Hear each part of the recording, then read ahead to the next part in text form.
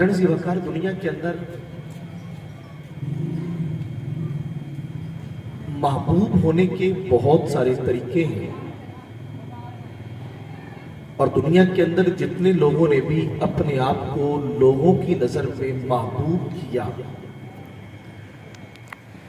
ہر بندے نے اپنا زاویہ نظر، اپنا طریقہ کار، اور ہر بندے نے اپنا خاص اسلوب اور انداز اختیار کیا ہے۔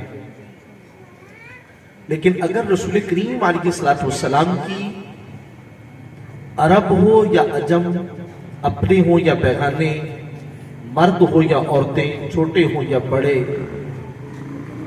ان میں مقبولیت کا سبب دیکھا جائے تو عام لوگوں سے فلسفہ بالکل مختلف نظر آتا ہے۔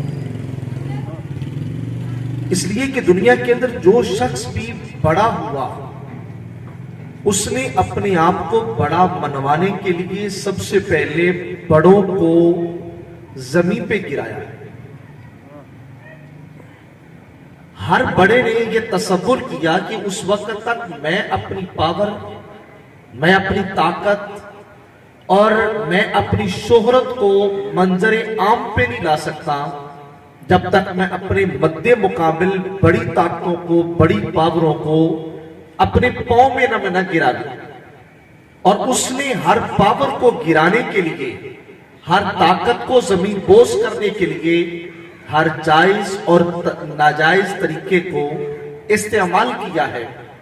لیکن رسول کریم علیہ السلام کا انداز مقبولیت، انداز محبوبیت، انداز شہرت اور پھر بڑے ہونے کا، اور بڑا تو ویسے ہی تھے اللہ کے نبی، اس لیے کہ اللہ جو سب سے بڑا ہے اس نے بڑا محبوب کو بنا کے بھیجا ہے، تو ان کے بڑے ہونے میں تو شک نہیں تھا، مگر انہوں نے لوگوں کی نظروں میں اپنے آپ کو بڑا منوانے کے لیے بڑے بڑے لوگوں کو زمین پر نہیں گرایا، بلکہ خود کو بڑا منوانے کے لیے جو گرے پڑے تھے ان کو اٹھا کے سینے سے لگایا۔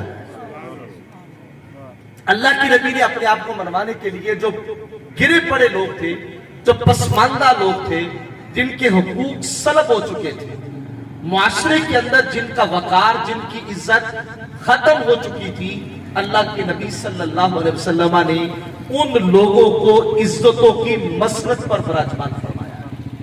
جن لوگوں کو لوگ منہ نہیں لگاتے تھے، اللہ کے نبی صلی اللہ تعالی علیہ وسلم نے ان لوگوں کو اٹھا کر بیت اللہ کی چھت پہ کھڑا کر دیا۔ اور یہ وہ سلوک تھا جو امام الانبیاء صلی اللہ تعالی علیہ وسلم نے اپنا کر اس عرب کے معاشرے کے اندر اللہ کی کبریائی اور اپنی نبوت کو معاشرے میں منوایا۔ اور دیکھیے خالق کائنات قرآن مجید برہان رشید میں نبی پاک علیہ السلام کی بارگاہ ناز کے اندر جو لوگ بیٹھنے والے ہیں، وہ چونکہ حضور کے ساتھ چمٹے رہتے تھے۔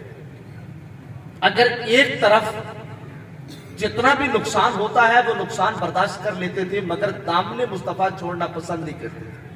حضرت سعد رضی اللہ تعالیٰ عنہ، ماں نے احتجاج کر دیا، کہا جب تک تو محمد کو نہیں چھوڑے گا میں کھانا نہیں کھاؤں گی گھر کے اندر۔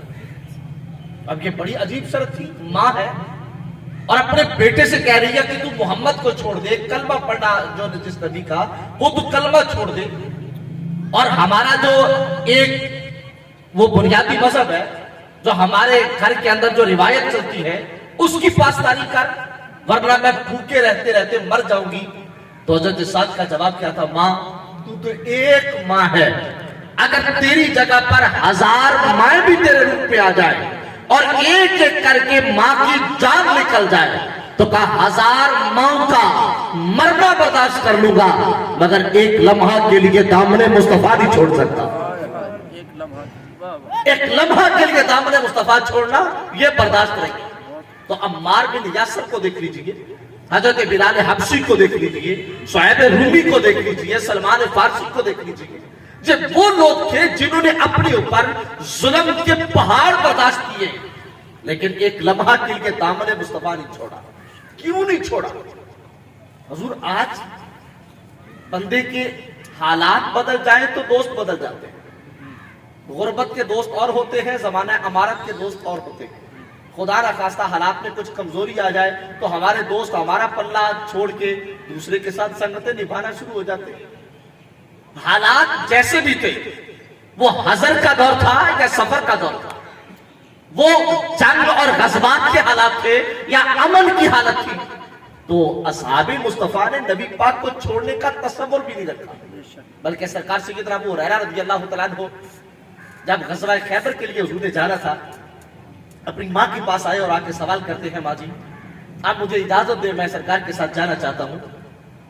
تو ابو ہریرہ کی ماں نے جواب دے دیا, کہا بیٹا دیکھ میں تو کمزور ہوں, میں تو بیت الخلا بھی تنہا نہیں جا سکتی جب تک تو میرے ساتھ نہ ہو. یعنی میں تیرے سہارے تو بیت الخلا تک جاتی ہوں, ہر کام میں تیرے سہارے کرتی ہوں, اگر تو جنگ پہ چلا جائے گا تو میرا کیا بنے گا. ابو ہریرہ پاک کیا عرض کرتے ہیں, ماں تیری کمزوری مجھے پتا ہے, تیری بیماری کا مجھے علم ہے, اور میں تیرا کتنا سہارا ہوں مجھے اس بات کا بھی اندازہ ہے, لیکن کیا کروں, میں اس بات کو پسند نہیں کرتا, میں گھر میں بیٹھا رہوں اور میرے نبی خیبر کے اندر جنگ لڑے, کب میرے ساتھ جانا ہے. اور ماں چپکے سے گئی سرکار کی بارگاہ کے اندر عرض گزاری. ابو ہریرہ اس بات پہ ضد کرتا ہے, میرے آقا نے فرمایا بی بی آپ جائیے, میں خود ہی سنبھالوں گا. اور جب جنگ کے لیے تیاری کرنا شروع کی اور آپس میں جب اصحاب نے مشورہ کیا تو سرکار ابو ہریرہ بھی بیٹھے تھے, تو امام الانبیاء نے ایک جملہ فرمایا. آپ نے فرمایا تم کیا سمجھتے ہو, جو جنگ میں جاتا ہے ثواب اسی کو ملتا ہے, جو گھر میں رہتا ہے ثواب اس کو نہیں ملتا. تو سرکار علیہ السلام نے جب یہ جملے ارشاد فرمائے کہ جس کے گھر میں والدین ہو اور وہ اپنے والدین کی خدمت کے اندر وقت گزارے, تو فرمایا اللہ اس کو اجر ثواب وہی عطا کرتا ہے جو جنگ میں شریک ہونے والے کو عطا کرتا ہے. ابو ہریرہ کہتے ہیں میں سمجھ گیا کہ اللہ کے نبی نے آج حکم مجھے عطا فرمایا, اور یہ حکم میرے لیے ہے کہ جنگ چھوڑ دے مگر اپنی ماں کی خدمت نہ چھوڑ.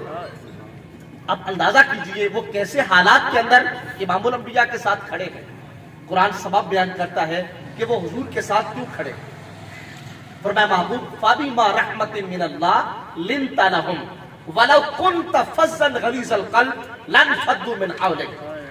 محبوب اگر آپ اللہ کی رحمت بن کے نہ آئے ہوتے, اور اگر آپ کی زبان میں مٹھاس نہ ہوتی, یا آپ سخت دل ہوتے, تو حضور یہ لوگ کب کے آپ کو چھوڑ چکے ہوتے. یہاں حضور علیہ السلام کی بارگاہ کے اندر اصحاب کے بیٹھے رہنے کا رب سبب بتا رہا ہے کہ سبب کیا ہے. حضور کے 3 عالی اوصاف ہیں, اللہ کی رحمت ہے, میٹھی زبان والے ہیں اور نرم دل والے ہیں. تو ساتھ میں رب نے فرمایا محبوب اب یہ آپ کی بارگاہ میں بیٹھے رہتے ہیں نا, کبھی ان سے خطا بھی ہو جائے گی, کبھی ان سے غلطی بھی سرزد ہو جائے گی. اب آپ کیا کرنا, فاعف عنہم, محبوب ان سے غلطی کی سزا کا تقاضا نہ کرنا. فاعف عنہم, محبوب تو ان کو معاف کرنا. اس لیے محبوب جس کو تو معاف کر دے اس کو تو خدا بھی معاف کر دیتا. فرمایا فاعف عنہم, اور یہیں پہ بریک نہیں ہے بلکہ فرمایا واستغفر لہم, واستغفرہم. محبوب آپ اس کو معاف بھی کیجئے اور آپ اس کے لیے دعائیں استغفار بھی کیجئے. یعنی اس کو سادہ لفظوں میں کہیں گے محبوب خود معاف بھی کریں اور اللہ سے معافی کی سفارش بھی کریں. وَشَاوِرْهُمْ فِي الْأَمْرِ, جس کو مجرم بنا کے معاف کر دیا گیا ہونا وہ ساری زندگی نظریں نہیں ملاتا شرم ساری کی وجہ سے. کہ محبوب وَشَاوِرْهُمْ فِي الْأَمْرِ, اب دوبارہ وہ آپ کے ساتھ ملنا تو چاہتا ہے مگر حیا سے نظریں جھکی ہے. کہ محبوب اب ان کو اپنے مشوروں میں بھی شریک رکھا تھا. اب دیکھیے حضور جان نور علیہ السلام کو اللہ تعالیٰ نے اس معاشرے کا رہبر و رہنما اور امام الانبیاء جو بنا کے بھیجا, تو میرا رب اپنے نبی کو وہ دستور عطا کرتا ہے جس دستور پر چلنے والا آج ہر شخص اپنے آپ کو معاشرے میں قائد بنوا سکتا ہے. اب دیکھیے آئیے میں آپ کو ایک مثال دے کے یہ ساری گفتگو سمجھاتا ہوں. نبی پاک علیہ السلام نے جب سیدہ خدیجہ الکبریٰ ام المؤمنین رضی اللہ تعالیٰ عنہ سے نکاح فرمایا, تو سیدہ خدیجہ پاک نے نبی پاک علیہ السلام کی بارگاہ ناز کے اندر ایک خادم پیش کیا, غلام کیا. اس وقت میں غلام ہوتے تھے, نوکر ہوتے تھے, اور وہ ملکیت ہوتے تھے, خریدے جاتے تھے, آگے بیچے جاتے تھے. عرض کی حضور یہ میرے پاس غلام ہے، میں آپ کو تحفے میں پیش کرتی ہوں، یہ آپ کے گھر میں نوکری کیا کرے گا، خدمت کیا کرے گا، غلام بن کے رہے گا، یہ آج کے بعد آپ کا ہے۔ تو میرے حضور پاک کا جواب سنیے گا اور دل میں جگہ دیجئے گا اس جملے کو۔ میرے حضور کیا کہتے ہیں؟ آپ نے فرمایا خدیجہ تو نے دیا، میں نے قبول کیا، میرے گھر میں رہے گا، میری خدمت کرے گا، لیکن میرے گھر میں غلام بن کے نہیں بلکہ محمد مصطفیٰ کا بیٹا بن کے رہے گا۔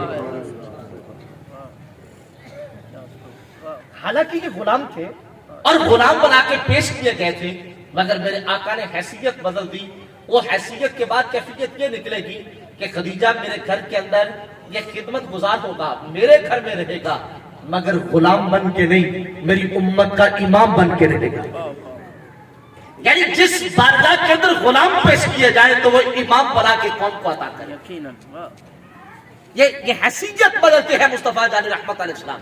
اس لیے کہ آج ہمارے ہاں کوئی بھی بندہ جب اپنے آپ کو بڑا مانا چاہتا ہے نا، تو وہ اس وقت تک خود کو بڑا، اس کو اعتماد نہیں ہوتا، یقین نہیں ہوتا میں بڑا ہوں، جب تک 150 اس کے سامنے گردنیں جھکا کے نہ بیٹھے ہوں۔ جتنے لوگ زیادہ گردنیں جھکا کے بیٹھے ہیں وہ سمجھتا ہے میں اتنا زیادہ بڑا ہوں۔ عزیز یاد رکھیے، سامنے گردنوں کا جھکا کے بیٹھنا یہ بڑے ہونے کی علامت نہیں ہے۔ بڑا وہ ہوتا ہے جس کی بارگاہ میں بیٹھنے والا یہ سمجھے کہ میں غلام نہیں بلکہ مجھے میری ماں نے آزاد جنم دیا، اور وہ اپنے آپ کو چھوٹا نہ سمجھے بلکہ خود کو بڑا تصور کرے۔ اور نبی پاک علیہ السلام نے جب فرمایا آج کے بعد یہ میرا بیٹا بن کے میرے گھر میں رہے گا، تو میرے آقا نے پھر ساری زندگی یہ نہیں کہا کہ تو میرا غلام ہے، بلکہ حضور نے یہ تصور دیا کہ تو میرا بیٹا ہے۔ بلکہ کیفیت آپ قرآن مجید برہان رشید 22واں پارہ دوسرا رکوع پڑھ کے دیکھنا، قرآن مجید کے اندر اصحاب میں سے صرف ایک صحابی کا نام ہے، وہ حضرت زید کا ہے۔ یہی صحابی رسول حضرت زید، صرف ان کا نام پورے قرآن کے اندر ہے، ورنہ سرکار کے اصحاب میں سے کسی صحابی کا نام قرآن میں نہیں۔ صراحت کے ساتھ، اشارت کے ساتھ تو ہے۔ حضرت زید رضی اللہ تعالیٰ جب تھوڑے بڑے ہو گئے نا، جوان ہو گئے، تو امام الانبیاء نے سوال کیا زید جی یا رسول اللہ، فرمایا شادی کہاں کرو؟ جب اولاد جوان ہوتا ہے تو ماں باپ کو فکر ہوتا ہے، تو میرے آقا جس کو بیٹا کہا تھا نا حضور، اس کے لیے فکر مند تھی۔ فرمایا شادی کہاں کرو گے؟ تو حضرت زید رضی اللہ تعالیٰ نے عرض گزارتے آقا میں سیدہ زینب سے نکاح کروں گا۔ یہ سیدہ زینب بنت جہش ہے جو بعد میں نبی پاک علیہ السلام کی بیوی ہم مومنوں کی ماں بنی، اور ان کا رشتہ نبی پاک سے یہ تھا کہ حضور کی سکی پھوپھو کے بیٹے، یہ حضرت زینب یہ سرکار کی پھوپھو کی بیٹی ہے، یعنی حضور کی پھوپھیر ہے ہماری زبان میں کہیں۔ تو رسول کریم علیہ السلام نے فرمایا کہ زید وہ قریش خاندان سے ہے، اس کا اور آپ کا مزاج نہیں ملے گا، یہ ضد چھوڑ دو۔ عرض کی حضور میں نے وہیں پہ نکاح کرنا۔ تو میرے آقا نے یہ نہیں فرمایا ہے میرے گھر کا غلام اور دعوے اتنے بڑے بڑے کرتا ہے، خواہشوں کا اظہار اتنا بڑا بڑا کرتا ہے، میرے خاندان کے اندر شادیاں رچانا چاہتا ہے۔ حضور نے دل توڑنے والا جملہ نہیں فرمایا۔ آپ نے فرمایا ٹھیک ہے، اگر تیرا یہی اصرار ہے تو میں رشتہ مانگتا ہوں۔ میرے آقا رشتہ مانگنے کے لیے پھوپھی کے دروازے پہ چلے گئے۔ تو آگے سے پھوپھی نے کہا کہ اے اللہ کی نبی، میں بھی راضی، زینب بھی راضی، ہم انکار نہیں کرتے، لیکن ہماری پسند یہ ہے کہ تم سیدہ زینب کے ساتھ آپ خود نکاح فرما۔ سیدہ زینب خود آپ کے نکاح میں آنا پسند کرتی ہے، آپ ان کا نکاح اپنے ساتھ کرنے بجائے اپنے بیٹے زید کے ساتھ کرنے کے۔ تو حضور کا جواب سنیے کیا تھا۔ آپ نے فرمایا پھوپھی سنیے، جو آپ چاہتی ہے اللہ وہ نہیں چاہتا، جو میں پسند کرتا ہوں میرا خدا وہ پسند کرتا ہے۔ کہا جو میری چاہت ہے میرے خدا کی چاہت بھی وہی۔ تو پھوپھی نے بھی انکار نہ کیا اور پھوپھی کی بیٹی بھی تیار ہو گئی، امام الانبیاء نے نکاح کر دیا، رخصتی ہو گئی۔ لیکن گھر کے اندر ناچاکی، جو میرے آقا نے خدشات بتائے تھے ان کا اظہار ہونا شروع ہو گیا۔ حضرت زید حاضر خدمت عرض کرتے آقا حالات تو بگڑ گئے، نبھا مشکل ہو گیا۔ تو میرے آقا نے فرمایا صبر کر۔ اس وقت بھی میرے آقا نے فرمایا کہ صبر کر، آج کی حضور میں نے یہی پہ کرنا ہے۔ تو میرے آقا رشتہ مانگنے چلے گئے۔ آج اس کی حضور نبھا مشکل ہو گیا، فرمایا صبر کر۔ حضور نبھا مشکل ہو گیا، فرمایا صبر کر۔ لیکن حضرت زید گئے گھر کے حالات کچھ ایسے تھے، ناچاک کی کشیدگی بڑھ گئی، حضرت زید نے طلاق دے دی سیدہ زینب کو. نبی پاک کی بارگاہ میں حاضر ہوئے، عرض کرتے آقا میں نے زینب کو طلاق دے دی ہے. تو سرکار مغموم ہوئے، حضور کے چہرہ انور پر خفگی اور پریشانی کے آثار نمودار ہوئے. لیکن ساتھ ہی حضور پتہ کیا فرماتے ہیں؟ فرمایا زید تو بھی رب سے استغفار کر اور میں بھی تیرے لیے دعا کرتا ہوں. فاعف عنہم واستغفر لہم وشاورہم فی الامر. اور دیکھنا، پہلے کہا میں تجھے معاف کرتا ہوں، پھر کیا کہا؟ تو بھی استغفار کر، میں بھی تیرے لیے دعا کرتا ہوں. اور ساتھ پتہ کیا کہا؟ اب یہ سوچ کہ ہم نے زینب کا کیا کرنا، اب یہ بتا زینب کا کیا کرنا. وہ میری پھوپھی کی بیٹی ہے، تیرے اس عمل سے میری پھوپھی کو تکلیف پہنچی ہوگی، اس کا دل ٹوٹا، اس کا دل دکھا ہوگا، اس کو تکلیف ہوئی ہوگی، بتا اب اس کا کیا کرنا. حضور کتنے مہربان تھے اور رشتہ داریوں پہ کس قدر مہربان تھے، بالخصوص پھوپھیوں کے حوالے سے تو حضور کی بڑی محبتیں ہیں. میرے آقا نے ایک موقع پہ فرمایا تھا اپنے اصحاب سے کہ اپنی پھوپھی کا خیال کیا کرو.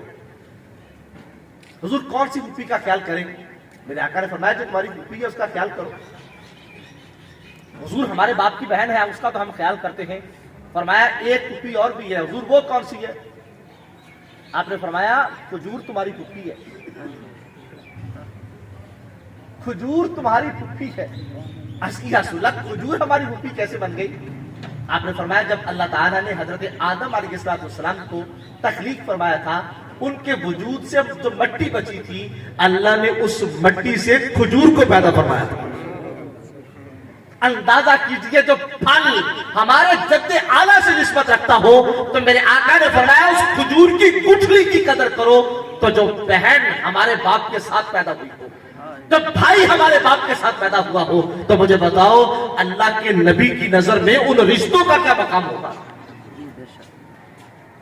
سرکار علیہ السلام نے یہ فرمایا کہ حضرت زید رضی اللہ تعالیٰ عنہ سے اب بتا کیا کرنا ہے. تو حضرت زید عرض کرتے آقا عدت گزر جائے تو آپ ان کے ساتھ نکاح فرمائیں، آپ ان کے ساتھ نکاح فرمائیں. عدت گزر گئی. حضور علیہ السلام نے حضرت زید کو بھیجا، زید جائیے ذرا دیکھ کے آئیے زینب کیا کہتی. کیونکہ گھر کے خادم تھے، گھروں میں آنا جانا تھا. کہا جائیے ذرا دیکھ کے آئیے وہ کیا کہتی ہے. حضرت زید پاک چلے گئے، جا کے خیال پوچھا تیرا کیا خیال ہے سیدہ زینب سے.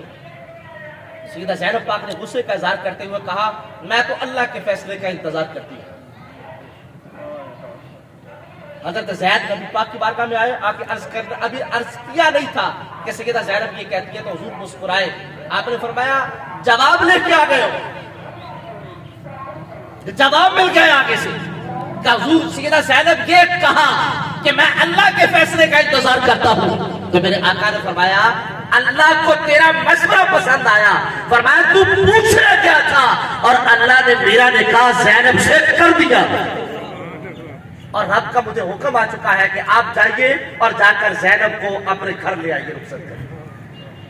حضور دیکھیے اللہ کے نبی صلی اللہ تعالی علیہ وسلم کے نزدیک ان رشتوں کی کس قدر تھی، ان کا مقام اور مرتبہ کتنا بڑا تھا.